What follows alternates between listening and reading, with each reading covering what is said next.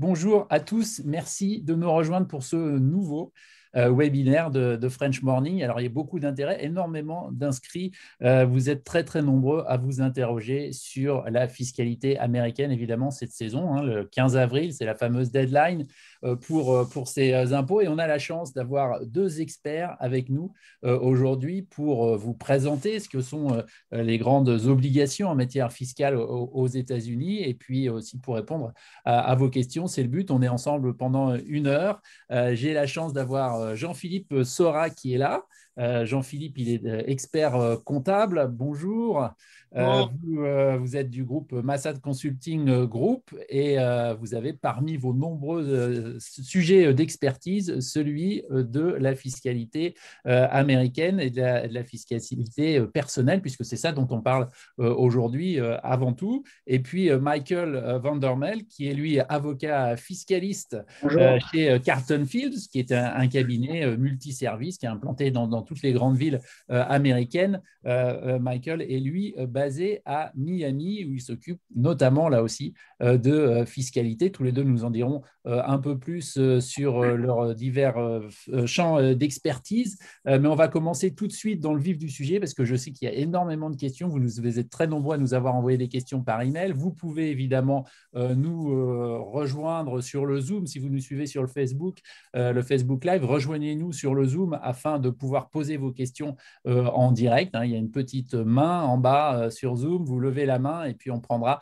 certaines de ces questions. On essaiera d'en prendre le maximum. Et justement, pour pouvoir en prendre le maximum, on va commencer tout de suite par le vif du sujet avec Michael. Et Michael, pour commencer, tout simplement, si vous pouviez nous expliquer ce qu'est un contribuable américain, comment on définit un contribuable américain, puis quelles sont les responsabilités fiscales qui en découlent, évidemment. Oui, bien sûr. Euh, je partage l'écran, voilà. Oui, merci Emmanuel pour cette introduction. Donc, en effet, pour rentrer dans le vif du sujet, je pense qu'une question très importante qu'ont nos clients francophones qui font des va-et-vient sur les États-Unis, qui veulent s'implanter aux États-Unis, c'est de comprendre qui est un contribuable américain et si l'on devient contribuable américain, quelles sont mes obligations fiscales aux États-Unis. Typiquement, on peut les adresser en deux parties. La première obligation typique, c'est de déclarer ses revenus universels, donc ses revenus dans le monde entier. Et l'autre obligation typique, c'est de déclarer ses actifs financiers et comptes financiers en dehors des États-Unis aux autorités fiscales américaines. Ce qui est important de prendre en compte, c'est que quel que soit votre lieu de résidence, en tant que contribuable américain, vous devez déclarer vos revenus de toute nature et s'ils sont imposés en dehors des États-Unis. Quand on parle de revenus de toute nature, je pense qu'il est important de réfléchir à des revenus qui ne sont pas nécessairement évidents. Par exemple, lorsque on parle de produits financiers ou d'actifs financiers qui peut-être est exonéré d'imposition dans le pays étranger, il n'est pas nécessairement exonéré aux États-Unis. Donc, il faut déclarer ces revenus-là et prendre cela en compte. L'exemple typique que moi et Jean-Philippe voyons souvent, c'est la problématique de produits d'assurance vie et de contrats d'assurance vie qui sont souvent exonérés d'imposition dans différents pays, la France, la Belgique et d'autres pays où nous avons des clients francophones. Mais cela dit, il faut les déclarer aux États-Unis et potentiellement, ils ne sont pas exempts d'imposition. Donc, vous rappelez qu'un contribuable américain est soumis au système d'imposition mondialisé, c'est-à-dire qu'il est imposé sur ses revenus de source mondiale, mais il existe un système, un mécanisme de crédit d'impôt pour éviter et minimiser l'impact d'une double imposition. Le formulaire clé pour déclarer vos impôts aux États-Unis est le formulaire 1040. Je vais peut-être passer la main ici à Jean-Philippe qui, lui, prépare régulièrement ces formulaires pour apporter quelques informations supplémentaires. Tout à fait, merci Michael. Bonjour à tous. Effectivement, bon, le formulaire 1040, ceux qui sont déjà aux États-Unis et qui ont déposé des déclarations, eh bien, tout le monde le connaît. C'est là, en fait, la colonne vertébrale de votre déclaration. On va y reporter tous les revenus cumulés et puis les impôts à payer. on remporte aussi certains crédits d'impôt. Mais en parallèle de ça, on va avoir des obligations annexes, des formulaires satellites qu'il ne faut surtout pas oublier. Nous allons y revenir un peu plus tard, dont notamment la déclaration des actifs financiers hors des États-Unis.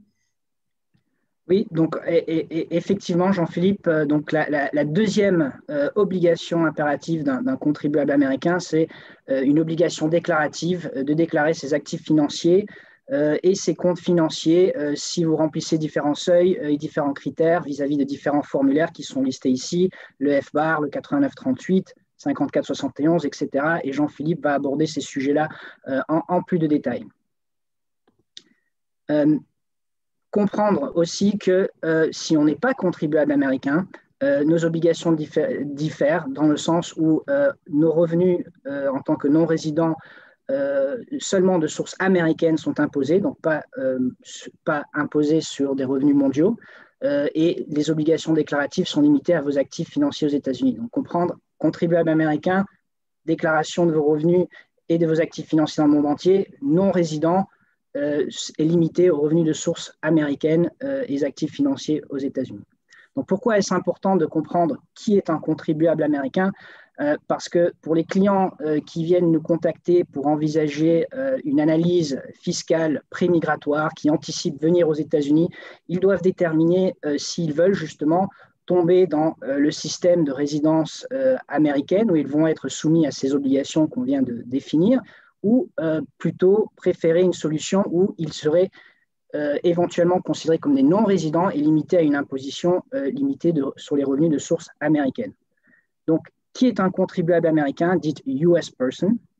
Il y a 3 tests. Le premier test, c'est la citoyenneté américaine. Donc, si vous êtes né aux États-Unis ou si vous obtenez la citoyenneté américaine de par le processus de naturalisation, vous êtes considéré comme un contribuable américain, et cela quel que soit votre lieu de résidence.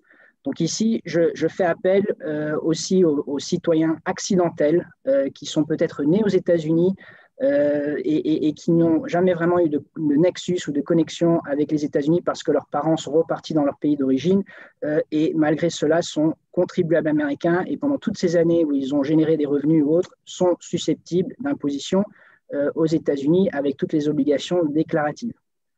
Le deuxième test, c'est le test de la carte verte, la résidence permanente. Donc, lorsque vous obtenez la carte verte, vous êtes aussi considéré comme un contribuable américain et responsable des obligations qu'on a mentionnées dans la slide précédente. Le troisième test, c'est le test du Substantial Presence Test, et c'est un test qui, en fait, les autorités fiscales regardent votre présence et la durée de présence sur le territoire américain, et si cette durée de présence est substantielle, les autorités américaines considèrent que vous êtes un contribuable américain.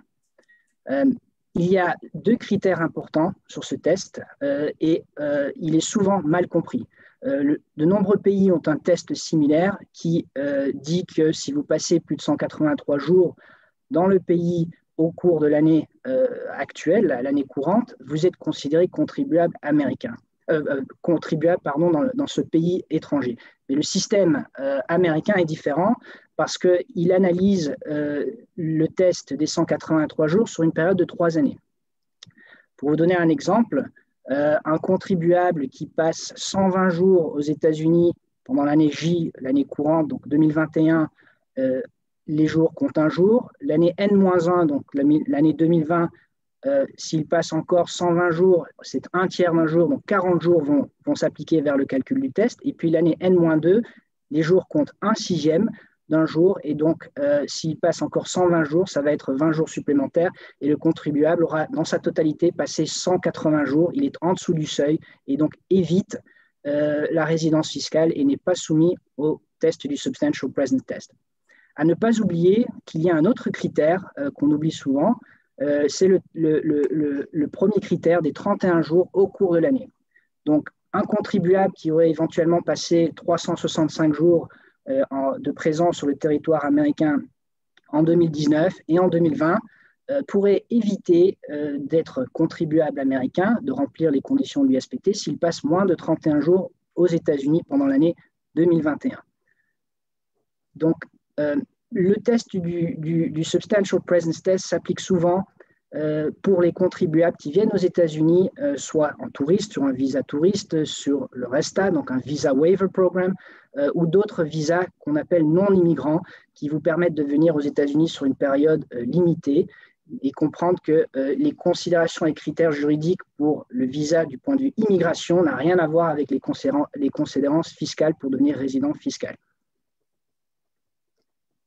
Un point à noter, donc, dans nos conseils à nos clients étrangers, francophones qui veulent venir travailler, qui veulent venir faire des affaires aux États-Unis, qui veulent venir faire des études aux États-Unis, il y a des stratégies justement pour éviter, minimiser l'impact fiscal aux États-Unis et sortir du régime, on va dire, de contribuables américains et donc devoir déclarer ses revenus universels et ses actifs financiers. Pour un citoyen, malheureusement, une fois que vous êtes citoyen, il n'y a aucune exception à la règle. La seule façon de sortir du régime américain, c'est d'abandonner sa citoyenneté. À ne pas oublier que si vous abandonnez votre citoyenneté, il y a des étapes formelles du point de vue d'immigration à faire pour abandonner votre citoyenneté et que cet abandon de sa citoyenneté peut éventuellement déclencher une taxation de sortie si vous remplissez certains critères. Il existe une exit tax aux États-Unis quand on abandonne sa citoyenneté, mais aussi quand on abandonne sa carte verte, si vous êtes considéré ce qu'on appelle un long-term green card holder, une personne qui généralement détient une carte verte pendant une période de 8 années est considérée un long-term green card holder, avec certaines exceptions bien sûr. Donc, le deuxième élément pour une personne carte verte qui voudrait sortir du régime du Substantial Presence Test, donc admettons que vous êtes carte verte et que vous êtes aux États-Unis, que vous êtes carte verte et que vous voulez sortir du régime d'imposition aux États-Unis, vous pouvez faire une demande vis-à-vis une convention, s'il en existe une avec votre pays d'origine. Donc la France et les États-Unis ont une convention et sous la provision du Treaty Tiebreak Rule, donc l'article 4, il est possible, si vous démontrez que, selon les règles internes du pays d'origine, donc dans mon exemple la France, vous êtes considéré contribuable résident fiscal français, mais aussi que vous remplissez le test aux États-Unis, donc le test de la carte verte dans ce cas de figure, vous pouvez établir une position en remplissant un treaty position sous le formulaire 8833 mis en annexe de votre déclaration d'impôt, que vos nexus, votre rapprochement est plus proche de la France, de votre pays d'origine, que les États-Unis, et donc sortir du système fiscal américain et des obligations fiscales. Très important pour les contribuables américains carte verte qui prennent cette décision-là, parce que comprenez qu'avoir la carte verte, ça veut dire plusieurs choses. Ça veut dire, du point de vue de la loi d'immigration, je maintiens ma résidence aux États-Unis, permanent residence in the United States, et si vous prenez une position, on va dire, contraire, suite à un dépôt d'un treaty position indiquant que vous prenez la décision et demandez de reclassifier votre résidence fiscale comme non-résident, vous risquez d'avoir des problèmes du point de vue d'immigration. Il existe une présomption que vous avez formellement abandonné votre carte verte et ne soyez pas surpris si vous revenez aux États-Unis à la frontière pour des vacances ou une conférence d'affaires et qu'on vous arrête pour reprendre votre carte verte. L'autre impact fiscal, quand vous faites ce type de démarche, c'est éventuellement le résultat, c'est que vous avez expatrié du point de vue fiscal et potentiellement sera soumis à la exit tax si vous remplissez d'autres critères en prenant ce type de position. Donc, réfléchir avant d'aborder une position qui va impliquer l'application de la Convention, parce qu'elle peut avoir des impacts au point de vue des lois d'immigration, mais aussi fiscales très importantes à prendre en compte. Donc, si vous remplissez, donc le troisième test, si vous remplissez les conditions du SPT, il est important de savoir qu'il y a différentes choses qu'on peut faire pour être exonéré de sa présence aux États-Unis. Typiquement, quand on parle de présence aux États-Unis, on parle de présence même de quelques heures sur le territoire américain. Il y a bien sûr certaines exceptions. Sous la règle, par exemple, quand vous faites escale, vous prenez un vol Paris-New York, New York-Mexique, et que vous restez quelques heures à l'aéroport, ce temps de présence ne compte pas vers le calcul du Substantial Presence Test. Par contre, si vous passez quelques jours pour visiter la belle ville de New York, ces jours vont être appliqués dans le calcul. D'autres jours qui sont exonérés, c'est ce qu'on appelle les visas non-immigrants exonérés. Donc, certaines personnes qui obtiennent un visa particulier peuvent être présents sur le territoire américain et leurs jours de présence ne vont pas compter vers l'application du Substantial Presence Test. Un cas typique que nous voyons, c'est par exemple les étudiants qui sont présents sur un visa F1. Ils ont une exemption de 5 années sur leur visa qui leur permettent d'éviter que leur jour de présence sur le territoire américain s'applique vers le calcul du Substantial Presence Test. Savoir que une fois que ces 5 années ont passé, l'exonération ne fonctionne plus pour un étudiant. Donc, s'il prolonge ses études aux États-Unis, faire attention, il y a certaines démarches qu'on peut faire, mais éventuellement, il sera repris et ces jours vont compter vers le Substantial Presence Test. Et bien sûr, il y a d'autres visas typiques comme le visa J1, le visa A2, J4 pour les ambassades, les employés d'ambassade, etc., et les diplomates. Conditions médicales exceptionnelles, un autre exemple typique qui vous permettrait d'être exonéré de jours de présence sur le territoire américain, c'est lorsque vous êtes aux États-Unis et qu'une situation médicale exceptionnelle arrive, par exemple un accident de voiture, et que soudainement vous êtes à l'hôpital, coincé, vous ne pouvez pas sortir du pays pendant un temps important qui éventuellement pourrait s'appliquer vers la SPT, mais si vous faites les demandes et les démarches nécessaires auprès des autorités fiscales américaines, vous pouvez être exonéré pour cette période. Alors, souvent, cette exception est mal comprise. Elle ne s'applique pas, on va dire, aux conditions où la personne étrangère vient aux États-Unis pour des opérations planifiées ou un temps de présence aux États-Unis, par exemple, pour se faire soigner d'un cancer qui est déjà préexistant, et ces conditions ne s'appliqueraient pas. C'est vraiment dans les conditions où il y a un accident et que, voilà, je suis retenu aux États-Unis. Le Covid, par exemple, est une de ces exceptions. Le fisc américain a publié des instructions vis-à-vis de 2020 qui permettraient éventuellement d'exonérer un certain nombre de jours lors de votre présence l'année dernière si vous étiez coincé en raison du Covid sur le territoire américain pour éviter justement que vos jours de présence sur le Substantial Presence Test s'appliquent. Donc, en dehors des jours exonérés, si vous avez un visa, par exemple un visa investisseur, un visa E2 ou un visa autre qui ne serait pas exonéré, comme un visa L1, vos jours de présence vont compter vers le Substantial Presence Test. Et si vous remplissez les conditions du Substantial Presence Test, il y a deux exceptions clés auxquelles vous pouvez réfléchir pour sortir du régime américain. C'est le Closer Connection Exception. Cette exception-là, typiquement, requiert plusieurs choses, mais l'élément principal, c'est que quand vous faites la demande, l'année courante, vous êtes présent aux États-Unis en dessous de 183 jours. D'autre part, bien sûr, comme le nom l'indique, il faut démontrer un nexus à rapprocher avec un autre pays. Bien sûr, cela peut être très complexe quand on fait la demande et qu'on rédige l'attestation démontrant que vous avez un nexus plus rapproché d'un autre pays, surtout si vous voyagez dans de nombreux pays, que vous avez un nexus sur différents pays comme de nombreux de nos clients ont cette situation-là. Donc, si vous qualifiez, vous devez remplir certains formulaires et Jean-Philippe pourra aborder ça très rapidement dans quelques secondes. Mais un autre point clé, c'est qu'il faut soumettre la demande à temps pour l'année en cours. Sinon, si vous êtes en retard avec le dépôt du formulaire du Closer Connection, qui est le 80-40, vous devez absolument le déposer à temps. L'autre exception, c'est la convention fiscale. Encore un peu la même chose que l'exception pour les contribuables américains qui sont carte verte.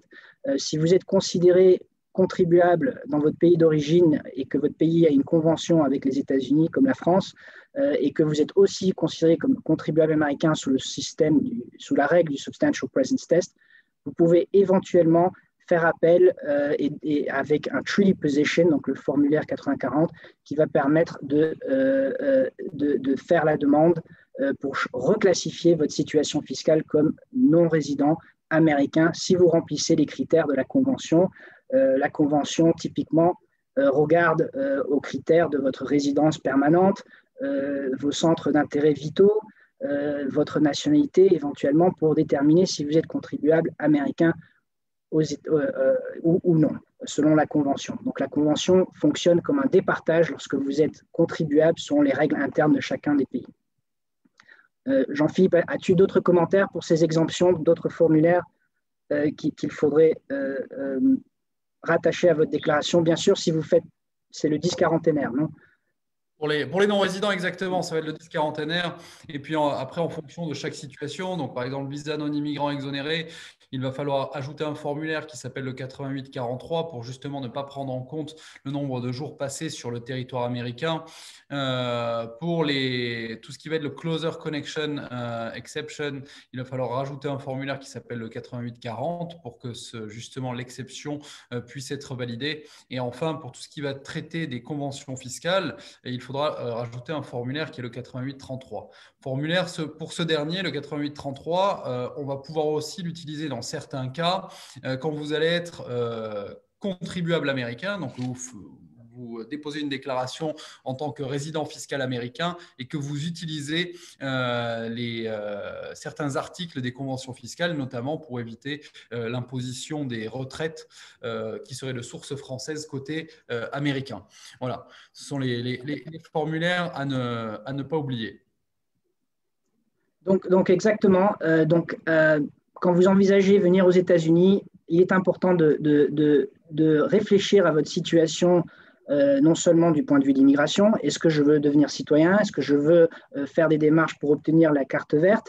Est-ce que j'ai un visa qui me permet d'être exonéré du Substantial Presence Test? Tout ça rentre en considération lorsque certains clients étrangers s'interrogent sur leur situation fiscale aux États-Unis pour éviter et sortir donc de ces obligations qu'on a énumérées en début de présentation. 1, déclarer vos revenus universels et 2, déclarer vos actifs financiers à l'étranger. Donc, il y a des solutions pour sortir de ce régime si votre situation, bien sûr, le permet. Donc, Jean-Philippe va aborder justement dans les prochaines slides certaines obligations déclaratives, donc différents formulaires déclaratifs qu'il faut rajouter à votre déclaration d'impôt, la 1040, lorsque vous avez divers actifs financiers qui requièrent ce type de divulgation. Merci Michael. Effectivement, donc déjà merci Michael de nous avoir dit qui sont les contribuables américains, ce qu'ils doivent faire. Donc vous l'avez compris, imposition sur les revenus mondiaux. J'ai vu des questions dans le chat qui soulevaient par exemple des plus-values qui sont réalisées en France sur des cessions de biens immobiliers. Si vous êtes contribuable américain, ces plus-values réalisées, enfin la vente de ces biens, devront aussi être déclaré aux États-Unis. Puis un jeu de crédit d'impôt s'établira, comme le disait Michael, pour éviter les doubles impositions ou du moins minimiser l'impact fiscal. Ce qu'il faut retenir, avant que je rentre dans les formulaires qui sont très importants et qui constituent la majorité des erreurs que nous voyons, ce qu'il faut retenir quand nous sommes Français installés aux États-Unis, en plus de tout ce qu'a dit Michael, c'est qu'au niveau des impôts, finalement, on va toujours payer le taux d'imposition le plus fort entre les deux pays. Exemple très simple, vous avez un revenu qui en France, un revenu foncier, un bien qui va être détenu en direct, je ne parle pas des SCI, là vraiment vous avez un appartement que vous louez, vous gagnez moins de 27 000 euros de revenus fonciers taxables en France, vous allez être imposé à l'impôt sur le revenu à 20% plus 17,2 de prélèvements sociaux. Vous allez demander une partie de tout cela en crédit d'impôt côté américain parce que vous allez déclarer vos revenus fonciers selon les normes américaines. Attention, pas selon les normes françaises, selon les normes américaines. Vous déclarez vos revenus fonciers, vous avez un résultat taxable et mettons que vous soyez au niveau fédéral à un taux d'imposition à 20%, et bien finalement le différentiel sera payé à la France. La France ne va pas vous rembourser de trop payer d'impôts puisqu'elle vous aura imposé sur sa base imposable et ses modalités de calcul, et les États-Unis ne vont pas vous rembourser ce que vous avez payé à la France, le différentiel de taux d'imposition. Donc voilà, par contre le crédit d'impôt restant qui n'aura pas été utilisé une année sera reportable sur les années suivantes. Maintenant, nous allons rentrer dans les sujets qui sont assez problématiques chez bon nombre de personnes qui nous contactent parce qu'elles ont fait des erreurs, souvent elles s'en rendent compte suite à des conférences que nous faisons avec Michael. Michael a insisté dessus et je vais le faire encore plus, absolument déclarer les actifs financiers dont vous êtes propriétaire hors des États-Unis. Quand on parle d'actifs financiers, la déclaration la plus connue est le FinCEN 114 ou FBAR. Elle est connue, mais bien souvent aussi oubliée. C'est vraiment assez bête et méchant, puisque il faut déclarer l'ensemble des actifs financiers. Quand je parle d'actifs financiers qui vont être détenus au sein d'institutions financières, ça va être des comptes bancaires, des PEL, des livrets A, des CEL, des assurances vie, ok, et tout ce type de comptes-là, du moment que leur valeur cumulée au maximum, à n'importe quel moment de l'année, aura dépassé 10 000 $. Alors, qu'est-ce que ça veut dire? Parce que c'est un peu barbare. On va prendre un exemple très simple, mais qui, à mon sens, est assez parlant. Vous avez 2 comptes bancaires en France sur lesquels, en moyenne, il y a toujours l'équivalent de 1 $. Donc, au total, ça ferait 2 $. Mais sur un compte, un premier compte, vous recevez au mois de mars un virement de 9 000 $. Et puis, le lendemain, vous revirez l'argent à une autre personne. Okay, donc, on a un maximum sur ce compte-là à 9 000 $. Ça redescend à 1 $ un jour après. Sur l'autre compte, vous recevez un virement de 5 000 $ en novembre et le lendemain, vous revirez l'argent à quelqu'un d'autre. Le solde maximum de cet autre compte aura été de 5 000 $. Okay, donc 9 000 plus 5 000, on arrive à 14 000 $. Et là, on est soumis aux obligations déclaratives pour ces 2 comptes.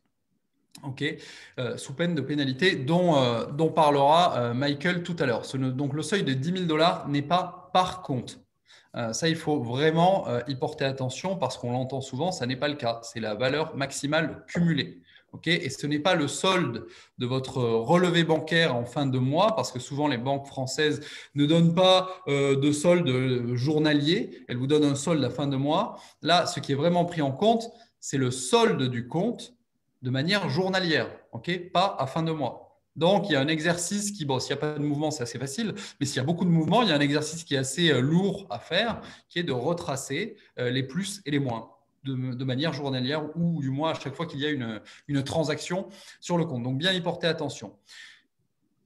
On a ces comptes-là, on a les seuils. Maintenant, quelles sont les manières de détention?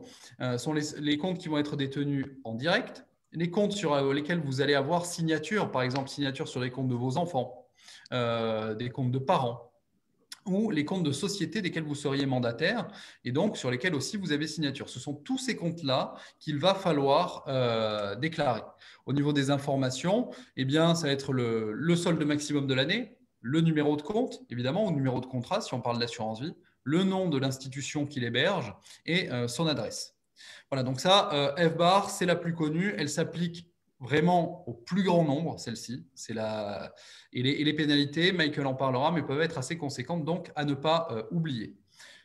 Ce FBAR est envoyé à un certain département, okay, du Trésor américain, mais son corollaire sur votre déclaration de revenus, donc vraiment un formulaire à ajouter en plus sur votre déclaration de revenus, est le formulaire 8938. Michael, tu peux changer le… Oui, donc pour ajouter à ça, le formulaire AFBAR est à déclarer sur le FinCEN et c'est une obligation déclarative qui se fait électroniquement et n'est pas en annexe de votre déclaration d'impôt. Je change la slide, voilà, hop. Ça part, le FBAR part dans un autre département, alors que le 8938, qui est un peu comme je disais, son corollaire sur votre déclaration de revenus, lui part avec votre déclaration de revenus, avec votre 1040, il est envoyé au même endroit. Qu'est-ce qu'il reprend? Un peu la même chose que les FBAR, mais en plus, on va ajouter tous les autres actifs financiers. Par exemple, des parts de sociétés que vous détiendrez dans des sociétés étrangères. Ce qui ne va pas être inclus, ça va être tout ce qui va être immobilier détenu en direct, voiture, antiquité, des choses comme ça. Au niveau des modalités de détention, ça s'applique pour une détention directe cette fois-ci, et les seuils sont plus élevés. puisque dépendant de la situation de chaque individu, attention, je vais donner une fourchette très large, on va être entre 50 000 de valeur maximale cumulée, encore une fois, et 600 000. Donc, ça va vraiment dépendre de la situation de chacun, il faut y porter attention. Il y a des explications pour retrouver les instructions sur le site de l'ARS pour voir dans quel cas de figure on se positionne. Et si on ne sait pas, vraiment, au moins pour la première déclaration, il faut se faire accompagner pour ne pas justement être dans l'erreur. Jean-Philippe, je peux me permettre d'intervenir. Je pense que le concept de détention directe et indirecte est très important quand on regarde le FBAR et le 8938. Pour donner un exemple typique, voilà, si je suis actionnaire d'une société étrangère et que j'ai un contrôle plus de 50% de l'actionnariat, sur le FBAR, vous devez déclarer les comptes de l'entreprise, mais pas sur le formulaire 8938. 8938, vous devez seulement déclarer la détention directe des actifs financiers. Ici, ça reprendrait l'action ou les actions que vous détenez dans la société étrangère. Donc, comprendre qu'il y a un jeu de va-et-vient et un double reporting potentiel sur le 8938 et FBAR, mais néanmoins, les deux formulaires sont requis et s'ils ne sont pas soumis, si vous devez les remplir, vous êtes susceptible d'impositions importantes et j'en discuterai plus tard. Voilà, exactement. Aussi, sur ce 8938, on va reporter les revenus que vous allez tirer de chacun de ces actifs. Revenus qui seront aussi reportés dans votre formulaire 1040. Donc, comme dit Michael, on a un jeu un peu c'est du recopiage, hein. C'est un double reporting, un peu de ping-pong, mais c'est comme ça, il faut absolument se soumettre à ces obligations. Si on pousse encore un peu plus loin, parce que FBAR 8938, on va rentrer de plus en plus dans des cas qui vont toucher de moins en moins de monde. La FBAR va toucher le plus grand nombre, puis le 8938. Si on va un peu plus loin, on a un formulaire qui s'appelle le formulaire 5471 qui va s'appliquer lorsque vous allez être actionnaire à plus de 10% d'une société étrangère qui va être donc actionnaire, officier ou administrateur d'une société qui sera hors des États-Unis et qui sera considérée comme une foreign corporation. Qu'est-ce qu'une foreign corporation? Attention, là, on ne prend pas la base juridique du pays étranger. Ça va être une société qui va limiter votre responsabilité. Okay, donc là, c'est assez important.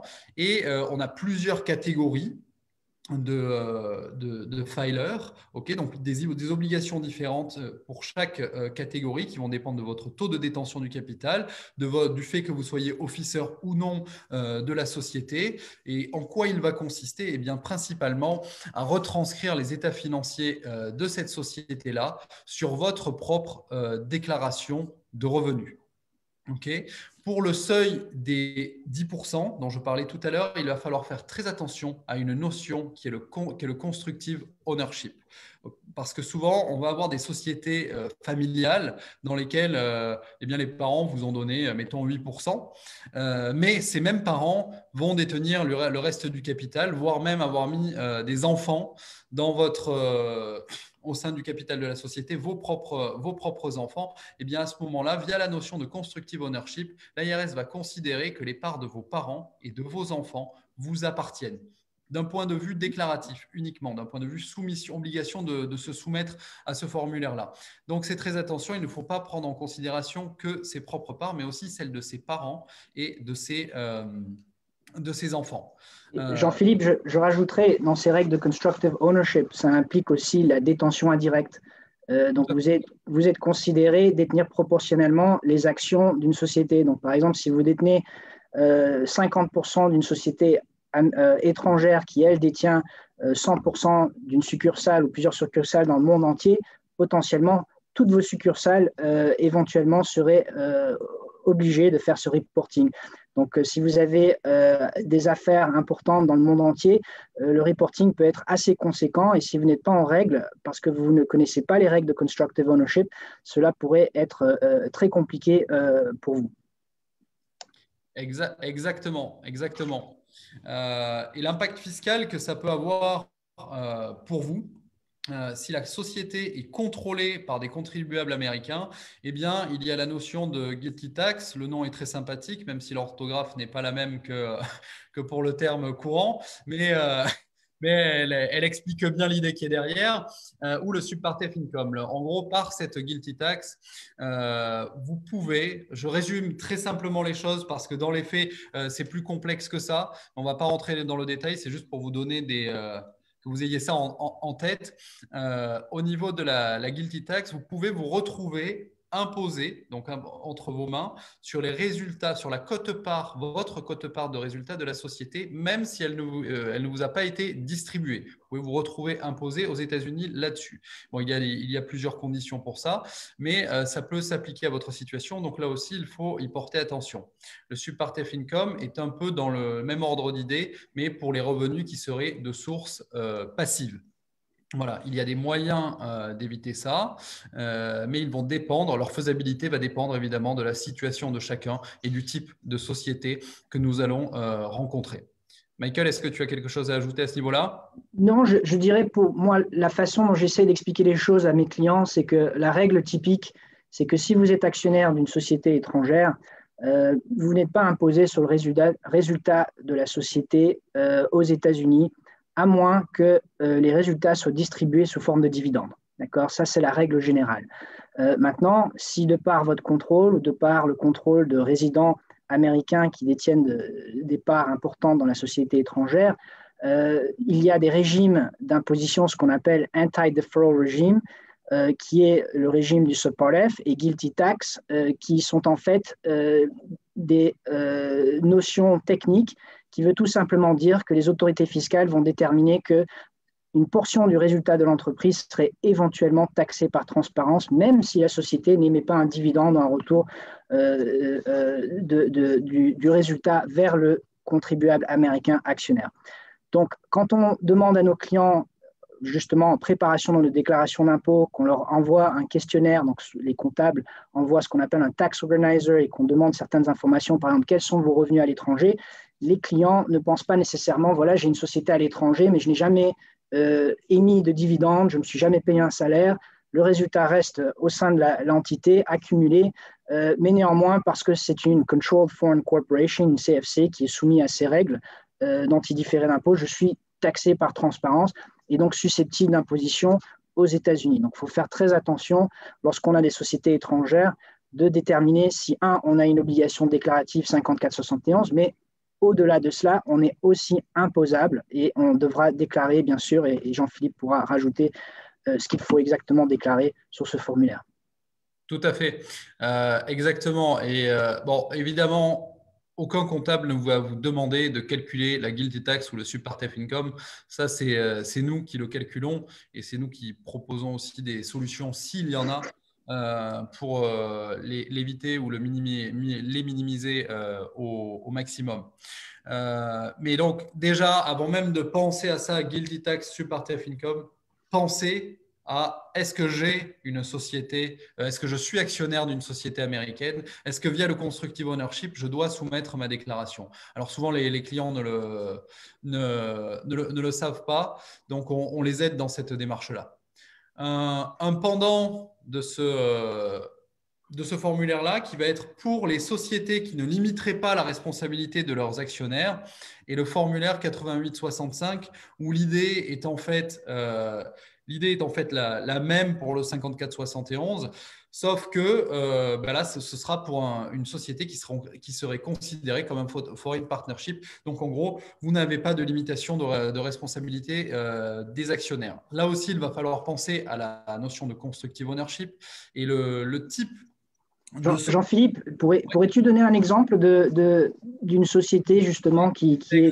C'est exactement ce que j'allais dire là à l'instant. L'exemple parfait, ce sont les SCI, les sociétés civiles immobilières françaises. Certains en ont parce que c'est un très bon outil de transmission patrimoniale en France. Certains sont actionnaires de ce type de société. Donc, dans le cadre d'une SCI familiale, on va se retrouver avec les parents qui restent actionnaires. À ce moment-là, souvent, on va être soumis à l'obligation de 88-65 et vous allez vous retrouver imposé cette fois-ci par transparence côté américain sur votre quote-part du résultat de la société. En France, vous avez votre 2072 qui est déposé, vous êtes imposé en France. Aux États-Unis, on reprend ce résultat et puis on l'impose côté américain et un jeu de crédit d'impôt entre la France et les États-Unis va s'établir. Il va être donc, des difficultés. Jean-Philippe, Oui. juste pour rajouter, donc ces situations-là sont très complexes et peuvent résulter à une double imposition parfois parce que justement on est taxé par transparence aux États-Unis, mais la SCI est taxée sur l'impôt sur les sociétés et ça peut impliquer une double imposition qui peut-être être coûteuse. Et il y a différentes stratégies que nous pouvons mettre en place comme le check the box rules, c'est-à-dire faire une demande vis-à-vis des autorités américaines pour changer la classification fiscale de l'entité, pour justement changer le régime d'imposition de la société pour améliorer le résultat et éviter une double imposition. Oui, tout à fait, exactement. Juste pour ceux qui ont des parts de SCI, c'est assez important. Sur le 88-65, comme sur le 54-71, on doit retranscrire les états financiers de la société. Sauf que pour les SCI en France, on n'a pas d'obligation d'établir d'état financier. Donc, bien souvent, les clients n'ont pas d'état financier pour leur SCI. Et là, il va falloir les créer. Donc, demander à un expert comptable en France d'établir ces états financiers-là. Un autre formulaire qui est du même jus. Là, on va le passer très vite parce que le temps presse. Hein, il y a beaucoup de sujets à aborder et on a beaucoup le temps est limité. Donc pour le. On a beaucoup de questions justement. Donc il faudrait qu'on arrive à prendre les questions le plus vite possible. Okay. Voilà. Donc, bon, j'y vais très rapidement. 88-58, en gros, c'est pour la même chose que pour que le 88-65, sauf que vous détenez 100% des actions de la société. Voilà. Un autre formulaire maintenant qui fait poser beaucoup de questions, c'est le 86-21. En fait, en quoi ça consiste? C'est pour déclarer en fait vos parts de PIFIC. PIFIC, certains en ont entendu parler. C'est un peu nébuleux. Qu'est-ce que c'est? C'est vrai que c'est une notion qui est extrêmement complexe, mais en gros, ce que vous pouvez retenir, si vous êtes détenteur de parts d'un fonds mutuel, par exemple, qui lui va investir et générer des revenus passifs, eh bien, vous serez propriétaire de parts d'un PIFIC. Ce qu'il va falloir déclarer, évidemment, c'est la valeur de ces parts-là, le nom du fonds et puis son adresse. Quand on parle de fonds, on peut parler aussi d'assurance vie qui peuvent être soumises aux règles des PIFIC et les impacts fiscaux que vous pouvez en tirer. Là, si on simplifie extrêmement, je vais vraiment dans une simplification extrême parce qu'il y a beaucoup d'options. Je ne vais pas citer tous les noms, mais en gros, on va avoir deux règles, soit deux options, principalement deux impacts fiscaux possibles. Soit vous décidez de ne pas vous faire imposer de manière annuelle sur la prise de valeur de vos avoirs, mais à ce moment-là, au jour du dénouement ou lorsque vous aurez un événement fiscal côté américain, il va falloir découdre toutes les années de prise de valeur de votre support, calculer des impôts qui auraient été dus d'année en année et des intérêts de retard. Okay, et vous payez tout ça à la fin dès que vous aurez soit un événement taxable, soit le dénouement du contrat. Donc, ça peut revenir très cher. Et l'autre option est de vous faire imposer d'année en année sur la prise de valeur de votre support. Donc là, il y a toute une stratégie à mettre en place et à réfléchir. Voilà, je vais très très vite. Jean-Philippe, je rajouterai là-dessus juste pour retenir que si vous avez des PIFIC à identifier, que typiquement le régime fiscal appliqué à l'imposition de vos PIFIC sont très punitifs. Typiquement sont taxés au taux ordinaire plutôt que les capital gains qui sont les taux préférentiels aux États-Unis.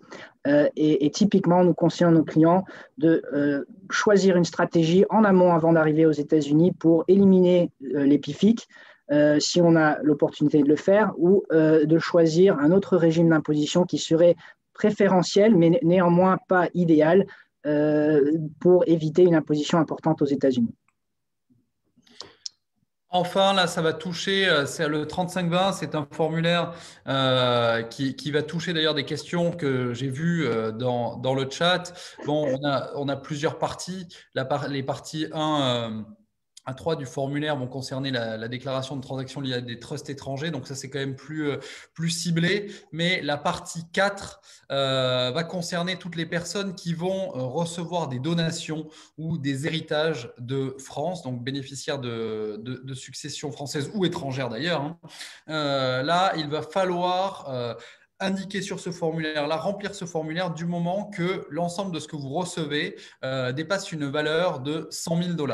Il va falloir retranscrire la date de réception des biens, le type de bien que vous avez reçu et le montant que vous avez reçu. Ce formulaire est purement déclaratif, comme tous les autres d'ailleurs, et à noter que si vous recevez une succession française, donc vos parents sont français, 100% français, ne sont pas contribuables américains, vous habitez aux États-Unis, vous paierez les droits de succession en France, et côté américain, vous recevez les fonds ou les biens sans avoir à payer de droits. Par contre, pourront s'en suivre des obligations déclaratives, notamment tous les points que nous avons vus avant. Michael. En effet, pour ajouter, donc là, on sort un peu de la taxation d'impôt sur les revenus, mais plutôt sur les successions.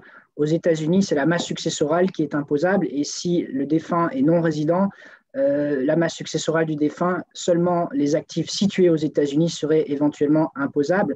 Mais si le patrimoine de la personne défunte est situé en dehors des États-Unis, il n'y aurait aucune imposition et la personne américaine, donc l'héritier, devra seulement déclarer sa part. Maintenant, si cette part tombe et est déposée sur un compte bancaire à l'étranger, maintenant, cette personne a des obligations de FBAR pour déclarer les sommes qui sont arrivées sur ce compte. Donc, juste pour vous donner un exemple, que tout ça est relié et très complexe et il faut bien faire attention à vos obligations déclaratives.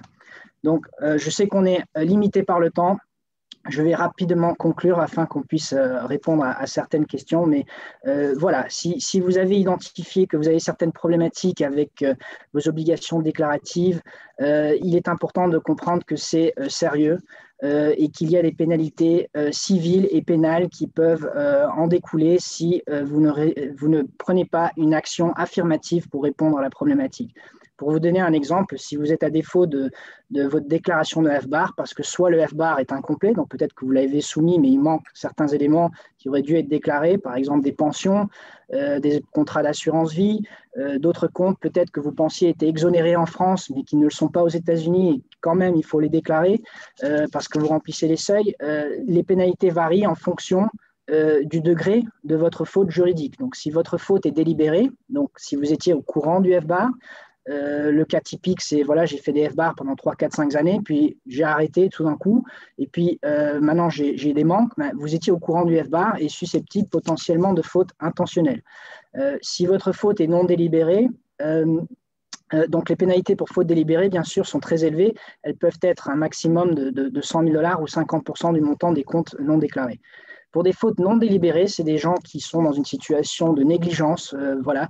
La faute peut être pénalisée du point de vue civil à un montant maximum de 10 000 $. Et bien sûr, si vous êtes contrôlé, vous pouvez éviter, en espérant éviter toute pénalité, si vous pouvez démontrer un motif raisonnable. Et qu'est-ce qu'un motif raisonnable? C'est très complexe. Il y a de multiples différentes solutions pour répondre à un motif raisonnable, mais c'est une excuse qui permettrait d'éviter les pénalités. Typiquement, c'est des circonstances exceptionnelles. J'étais malade, je n'ai pas pu répondre à mes obligations déclaratives. Un autre motif raisonnable qui arrive fréquemment, c'est un mauvais conseil d'un professionnel fiscal, un avocat, un comptable qui vous a donné un mauvais conseil sur le reporting du FBAR et de ce fait, vous avez fait des erreurs sur vos déclarations. D'autres exemples, c'est le 35-20, donc les donations que vous recevez ou héritage, elles peuvent être pénalisées jusqu'à un montant maximum de 25% du montant de la donation non déclarée ou de l'héritage. Donc, ça peut être des montants extrêmement sévères. Les autres formulaires que Jean-Philippe a mentionnés pourraient engendrer aussi des pénalités de 10 000 $ par omission, par formulaire, pour chaque année où il y a des manques. En dehors des pénalités liées au manque déclaratif ou d'un formulaire incomplet, il y a aussi des pénalités supplémentaires qui peuvent être imposées vis-à-vis de revenus liés à ces actifs financiers qui n'ont pas été déclarés et n'ont pas été imposés aux États-Unis. Donc voilà, juste pour résumer, comprendre que si vous avez des erreurs dans vos obligations déclaratives, ça peut être très coûteux et il faut réfléchir aux solutions pour répondre à cette problématique-là.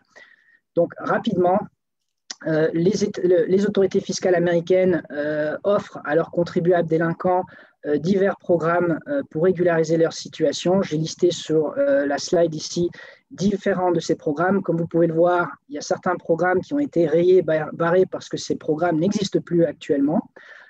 Et donc, ce que je veux souligner par cela, c'est que ces programmes sont typiquement plus avantageux pour régulariser votre situation, mais que l'IRS a mis un délai dessus et éventuellement vont clôturer ces différents programmes. Donc, si vous avez des problématiques, il faut envisager les différents programmes qui sont à votre disponibilité, déterminer si vous qualifiez pour ces différents programmes et envisager une analyse. Donc, notre cabinet, justement, avec l'aide de comptables comme Jean-Philippe, conseille nos clients américains qui ont justement des problèmes de ce type pour, identifier leur situation qui est personnelle. Chaque client a des considérations et des faits différents. Le choix d'un programme va dépendre de sa conduite délibérée, non délibérée, s'il a un motif raisonnable. Ça va aussi dépendre de la prescription de droit, l'IRS de vérifier sa situation. Donc voilà, si les problématiques remontent à très longtemps, est-ce que la prescription de droit va réduire l'impact fiscal en cas de contrôle? Et puis aussi les indices de contrôle, ce qui est important. Donc qu'est-ce qu'un indice de contrôle? Là, typiquement, je pense à la loi FATCA, le Foreign Account Tax Compliance Act. Ce sont des lois américaines qui obligent les institutions financières étrangères à identifier leurs contribuables américains. Et c'est pour ça, peut-être, si vous êtes français, que vous avez des comptes bancaires en France, que votre banque vous a peut-être contacté parce que soudainement, vous leur avez fourni des informations qui indiqueraient que potentiellement vous êtes contribuable américain, par exemple une adresse, où vous avez des virements fréquents vers les États-Unis. Et ce type d'indice va obliger la banque à vous contacter, vous demander, voilà, êtes-vous américain et certifier que vous êtes résident américain. Le fait de ne pas répondre à cette obligation peut être critique dans votre situation et peut être considéré comme une faute délibérée. Et au cas où vous ne répondez pas à cette demande, la banque, selon les lois FATCA, a l'instruction de divulguer néanmoins les informations du contribuable aux autorités fiscales américaines qui posséderaient alors ces informations. Donc, c'est très important de répondre à ces obligations FATCA, de contacter votre avocat fiscaliste si, bien sûr, vous êtes dans une situation que vous avez identifiée, que vous n'avez pas fait certaines choses ou oublié certaines choses sur vos déclarations et que votre banque vous contacte pour identifier que vous êtes un contribuable américain parce que les informations sont entre les mains des États-Unis et ils peuvent vérifier vos déclarations, déterminer si vous avez en effet fait un FBAR et que le compte qui a été divulgué par la banque soit repris sur votre FBAR ou pas. Je ne sais pas si on a beaucoup de temps. Mais on va du coup arrêter là maintenant pour la présentation et les slides, ce qui va nous permettre de passer aux questions. Il y a énormément de questions, comme je l'ai dit. Alors, il y en a beaucoup qui portent là, puisque c'est ce dont on parlait sur les questions de régularisation. J'ai l'impression que beaucoup d'auditeurs se sont rendus compte qu'effectivement, ils n'avaient pas fait exactement tout ce qu'il fallait. Donc, il n'y a pas de raison de paniquer, mais on va répondre à certaines de ces questions. Il y a Caroline qui nous demande tout simplement comment on peut vous contacter pour essayer de régler ces problèmes-là. Donc, on va remettre à la fin de la séquence les coordonnées de chacun d'entre vous, de vous deux. Je crois que Jean-Philippe vient de mettre son email en chat. Vous pouvez l'avoir. Je mets mon mail dans le chat. Michael, je pense que tu peux faire la même chose. Michael peut faire la même chose, mais de toute façon, vous pouvez retrouver l'ensemble de la présentation et les coordonnées dans les communications qu'on enverra après cette… Voilà, sur la première slide. Voilà, et on enverra à tout le monde à la fois la présentation, le replay et puis les contacts. Donc, vous pourrez entrer en contact avec nos deux intervenants d'aujourd'hui. Sur la même question de la régularisation, il y a quelqu'un qui très prudemment reste anonyme et je crois qu'il a raison puisque c'est pour nous expliquer qu'il n'a pas déclaré ses revenus fonciers aux USA depuis plus de 20 ans, ses revenus fonciers français, si je comprends bien, aux USA depuis plus de 20 ans. Il est donc contribuable américain. Comment rectifier, nous demande-t-il tout simplement. Est-ce qu'il y a une réponse un peu générale justement sur ces questions de rectification pour les gens qui n'ont pas fait ces déclarations depuis de nombreuses années? Alors, je vais prendre le devant sur celui-là, Jean-Philippe. Je pense que quand il y a une identification d'un problème, la première chose, c'est c'est de comprendre l'impact fiscal en termes de pénalité et de vraiment comprendre la situation du contribuable.